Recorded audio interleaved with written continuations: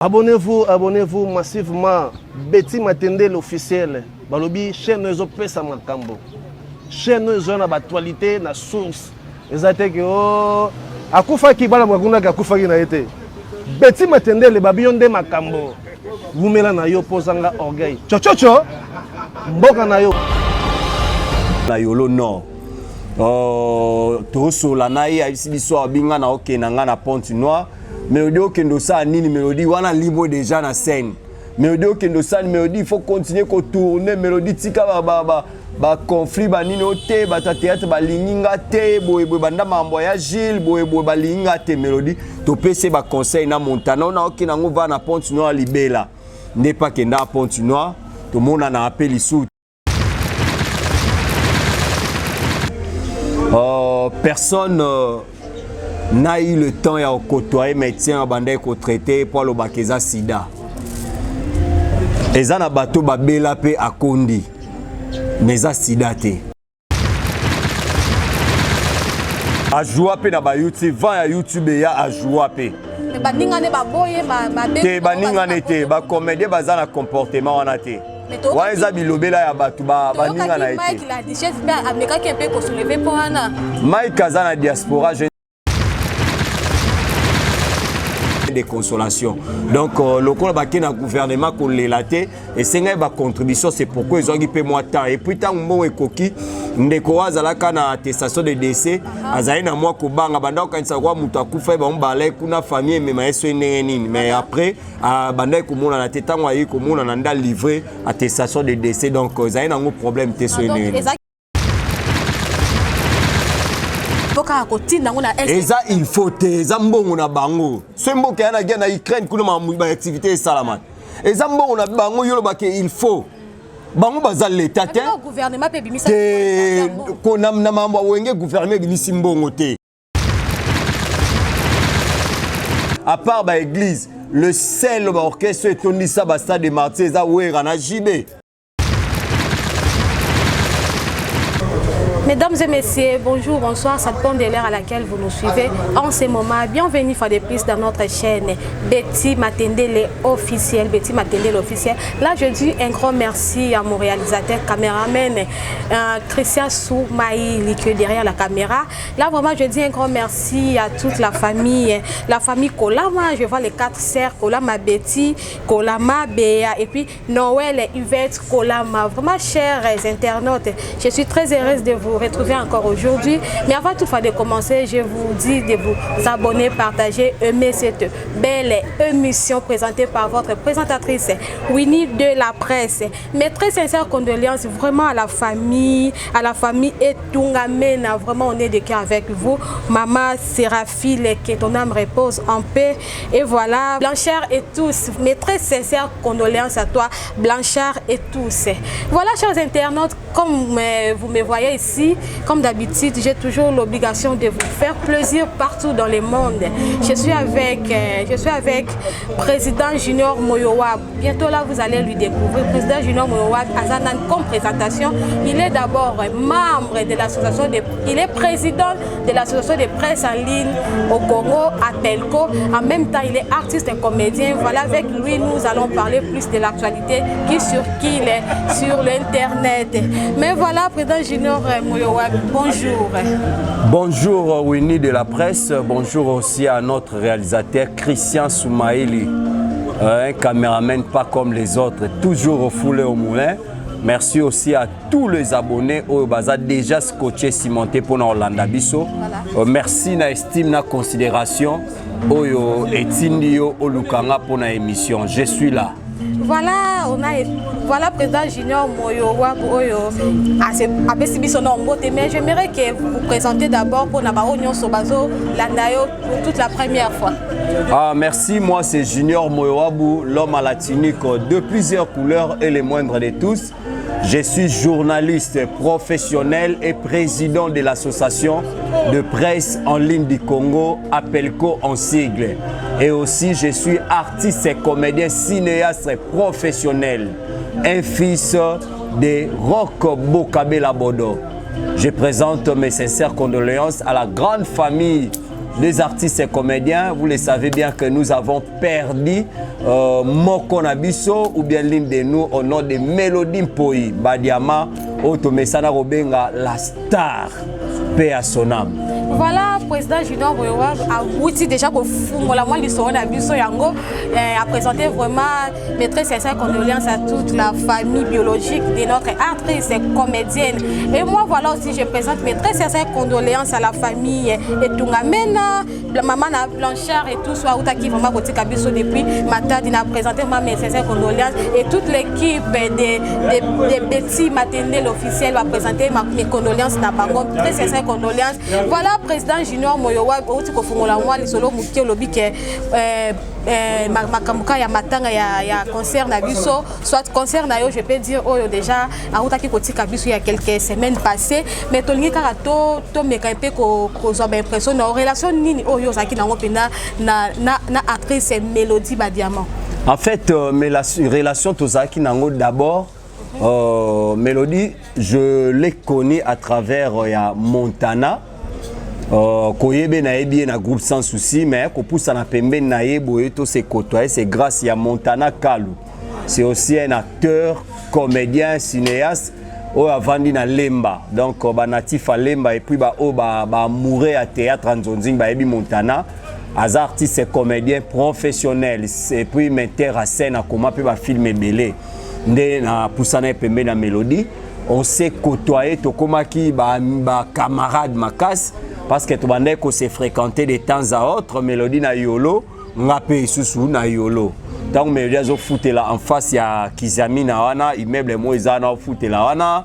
Donc kenda tant union soit yolo ngape groupe Sans Souci, ayo ça la groupe neta ngwa sepe groupe neto kena Montana ngana PC rep, Montana oksa ele scénario ya film.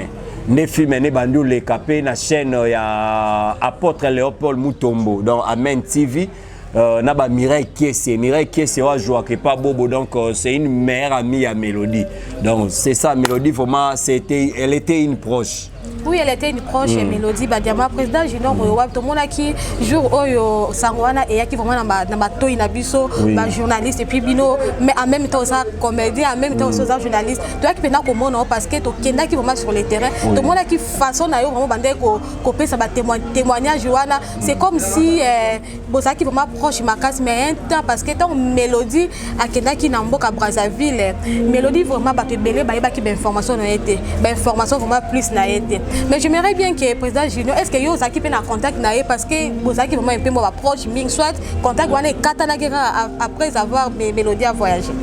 Tous qui na contact pendant Kazalakia, je me souviens, jour à voyager, avant voyager plutôt, tous qui na dans Montana, na veni Kalu, tant à longue place en vanda côté na Kalu na Yolo Nord. Tous la naïe a ici l'histoire binga na ok na Pointe Noire. Mélodie kendo sa nini Mélodie wana libre déjà na scène.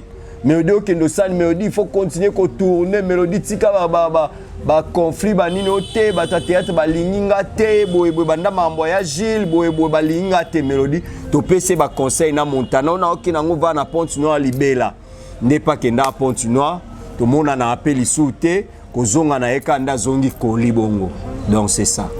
Bon, qui président Junior à lobby, il y a personne qui vraiment na nouvelle vraiment il y a Mélodie. Mais président Junior moi toujours quand d'autres part et ça là qui et ça sida d'autres part qui ça qui casse un malaria mais yo pensa au ça peut mo lobby la même tout ça comédien au qui ko lobanini au qui justifier moi ba mésentente wana. En fait les Kinois ce sont des balobiennes. Balobi, basali, nayoki, natuni boye.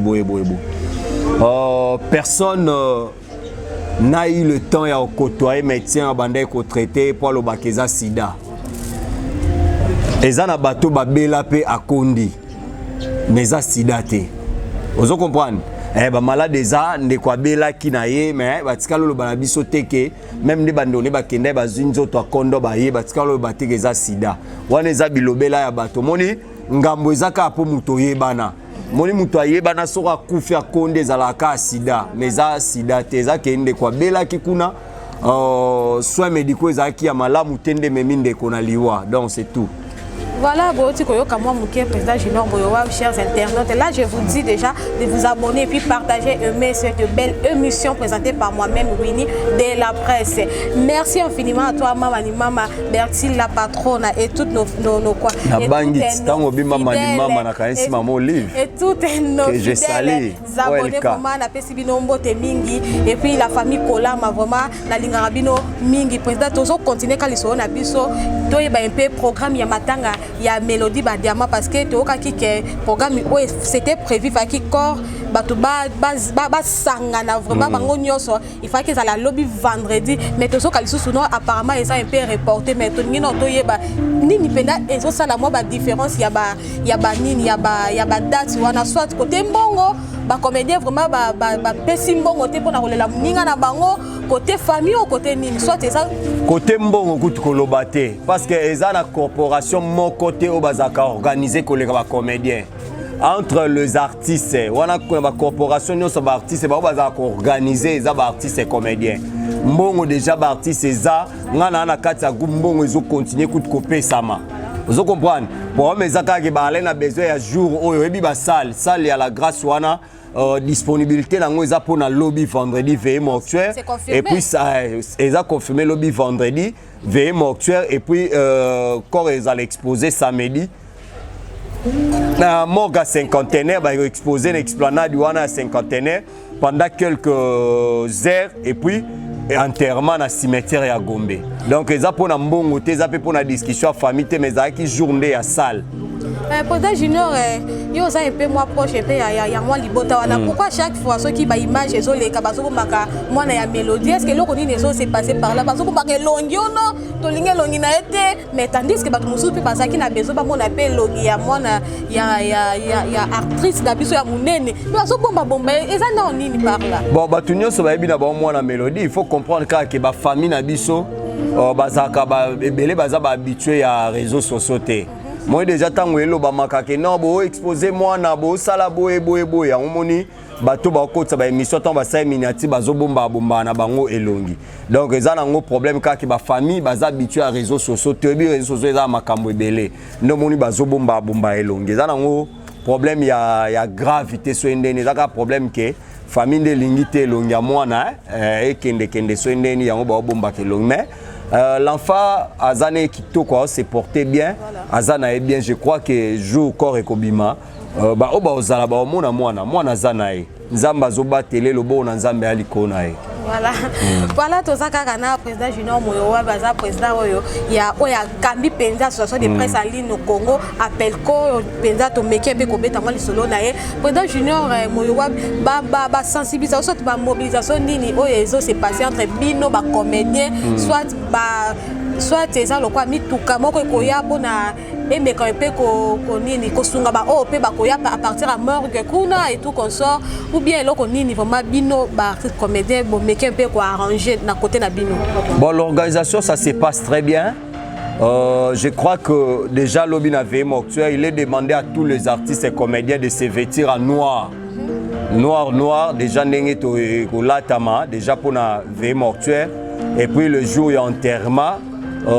Et jour il y a lobby déjà veillée mortuaire ils en libre mais jour il y a enterrement noir pour les artistes et comédiens et puis artistes et comédiens ça la donne à famille à bis c'est et puis bis sous ces apôts na même bateau na cimetière sauf que la plupart il y a artistes et comédiens sur 100% déjà plus de 50% basé déjà véhiculé véhiculé mais on va toujours prévoir bis moko ezala pour et permettre bateau artistes au des cimetières des puis bis sous ezala don ya artistes ba opesa na famille pour permettre pe bango baba kisana ozo ba kenda enterrement donc voilà. Tout est bien organisé mais des artistes ya muketa artistes ya munene elle a marqué son nom dans les annales ya art ya mboka na biso. Voilà mais président Junior babi que Mélodie aza artiste moko boyo atika na ya CD ne faut pas coûte ko lela na bandenge opena ba olela ye mais to moni pe kaka confrère moko boyo pe kaka muninga na pe comédie opé o ya meka ke pe koloba bongo ki koloba nini parla no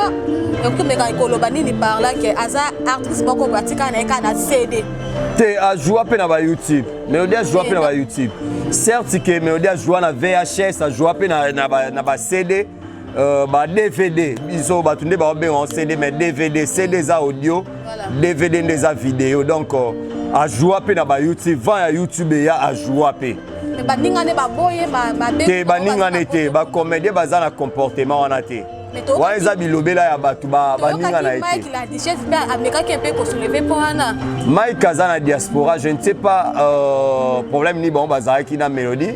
Moi, je n'ai pas suivi les émissions de Mike la Duchesse, mais non, yo kakaka et pas ya batu nenge ba loba. Je ne peux pas se mêler la makambo ngana yo kité. Nathalie Pété. Na yo kika nde batu baza ko interpréter mais Mike na yebi ke to jouer banzonzi nga Gilles Bavon na Mike la Duchesse na kati. Première poto ya Mike la Duchesse to jouer na EP bilo msusu ya film ya Gilles Bavon Montana komi mélodie pe na Montana nde ba dirjaka. Voilà, nous sommes toujours continuer, toujours nous évoluons toujours dans l'émission d'Abisso. Un grand merci à mes frères ainsi que mes sœurs, que Kambé. Un grand merci à la famille Apelko. Namoni wana Paulin Mouki, le fils cadet de tous les Mouki, na peso bote siko zali. Nada GB nana sanga na peso bote bisiko zali. Président Junior okoki comme pe ko ebisa biso pourquoi corps ya mélodie et rumela ki makasi bongo na mboka Brazzaville. Est-ce que bambongo bandé ko zanga soit eloko moko nini bandé ko se passer parce que to bandé ko c'est l'accord à mélodie fa ki ya depuis calme. Mais na moment où to ngeto beta lisolo ke mélodie déjà si akundama na ye mais ko vandi sa pena nzoto ya muninga comédien bongo na temps ebele bongo pona ni. Bon, il y a un problème, il y a contribution. Les contributions se faisaient à pas de géants, c'est-à-dire moi vitesse pour que mbongo ekoka. Oyebiso mutakufi libanda nenge senga ki $4,000. Donc $4,000 ba comédie batikalo kendete maman tel sunga biso papa tel sunga biso. On s'était dit seulement ba créer groupe moya WhatsApp groupe créé amaki chacun a ça de $10 matambo onyo so zala nango contribuer. Ndo monique senga mo ba $10 ba $20 ba ope ba tse ba 100 ba 200 ba 500 ba tse ba récolter yango ba tindi bato ba kende ba zu kon nzoto kondo ba ye contribution ezo continuer pour permettre pe mo musu yango ba kunde la mélodie après ko kunde senga pe ben de consolation. Donc lokola ba kena gouvernement ko lelate et senga ba contribution c'est pourquoi ils ont gipé moi temps et puis tant mo ekoki ndeko azala kana attestation de décès azali na moi ko banga banda ko kanisa kwa mutu akufa ba mbale kuna famille mema eso nini mais après banda ko mona na tetango ayi ko mona na nda livrer attestation de décès donc azali na ngo problème te so nini. Donc ezaki des problèmes par rapport pour tazaki na oui attestation de décès azali moi ko banga et moi ba émotion na moi kwa famille na ye boy boy. Voilà.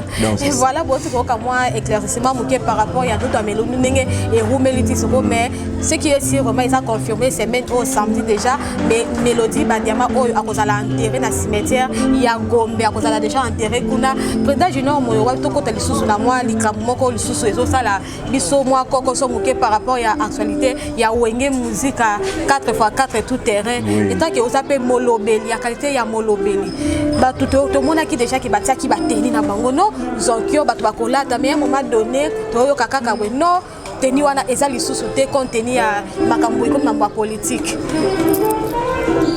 Oui, moi aussi j'avais suivi ça et pas vice-ministre à Selo. Vice-ministre étant à Lobiango, à Selo, tant à Pekisi bateni wana.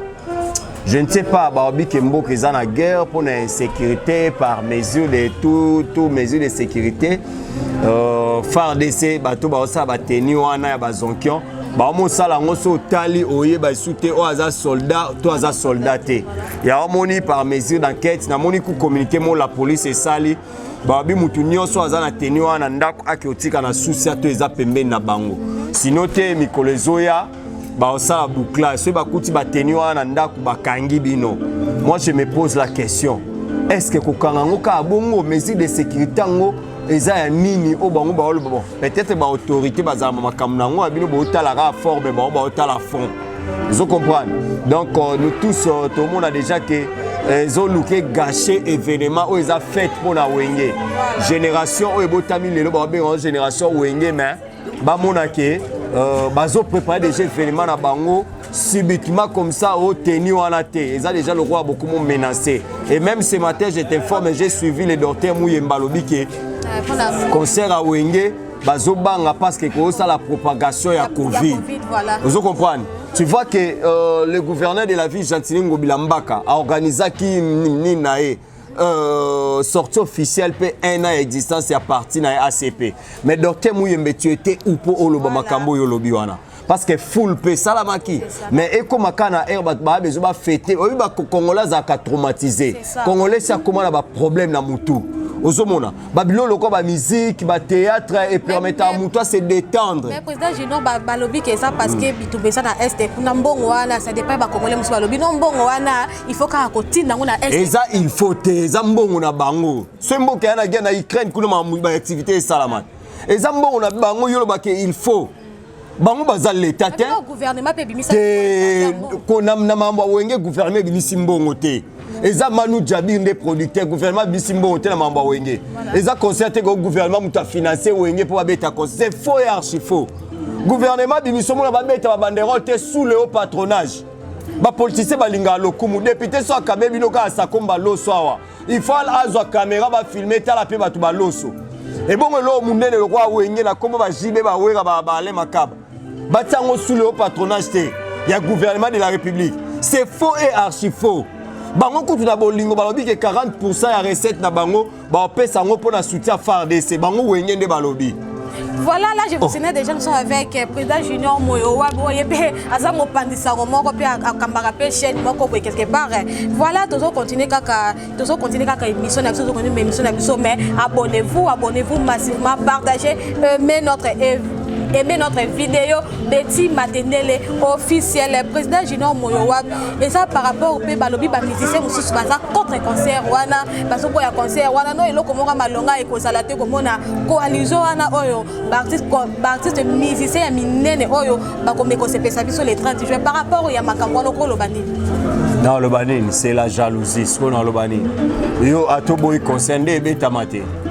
Yo sobe ta concert na grand hôtel ba misem subaya babo baba ba keto boy concert wana c'est la jalousie et beta makaka yo boy ate biso to na besoin de vivre spectacle wana non on en a besoin. Moi personnellement banda na mona wera na JB podium moko c'est depuis 97 tomba kabwani après ba kabwani déjà si lelo na a besoin na mona on dirait étrange na mona ngoka ba Jacob de Varina Jocelyne bakabwana et ça là qu'il y a certains ba sangani ba beti ndule ka ba okuta na copé ba beti ensemble mais en Afrique noire c'est pour la toute première fois mais bon banga makasi stade pe eroki ça la pe plainte wane koki mais wenyo ebike na histoire ya mboko yo à part ba église ba sonika futa ba gizamina banani à part ba église le seul orchestre etondisa ba stade de Martyrs za wera na JB BCBG na wenge musique à maison mais on va tourner ça martyr ba ebi secret à plein à martyr on comprend ba ebi secret à plein on va voir balobi venez vraiment concert et ça m'a confirmé président général et ça confirmé quel que soit ba nungu tozoyo et ça confirmé mutako sabinote concert et ça confirmé le 30 juin déjà toyo ka o covid yebisa ngai et simba te to marché. Oh. Et aussi battre au marché. Biso to abat photo mon événement wana biso ba pandi sango. To mon événement ba spectacle ninyo yo ba wera ba jibe ba bimise ba bombele biso. Mais président Junior ba te belé ba so banga koya concert wana pona compte tenu ya sécurité. Mutu moko tazo banga. Ça détonda ka ça de ça. La petite est belé na kati wana. Mutu moko ta banga. Sécurité kutu la police ezali. La police ezali wana. Et puis bazi société mode de la place il y a sécurité bazaza pe wana ba sportif bazaza wana sécurité ni ba banga ba match à Léopard tokenda akuta ça ba plein ya roleka ba sécurité za la bien wana tambo ba que sécurité c'est bon la police est incapable la police est incapable était baza bien formé sécurité ezala wana za ko ça contre campagne il y a événement sécurité est bien assurée par le général Silvano Kasongo. Boya. Billets Zotekama, pas mal. Pas mal billets Zotekama, 5000 fois pour tout. Et puis tribune est à $100.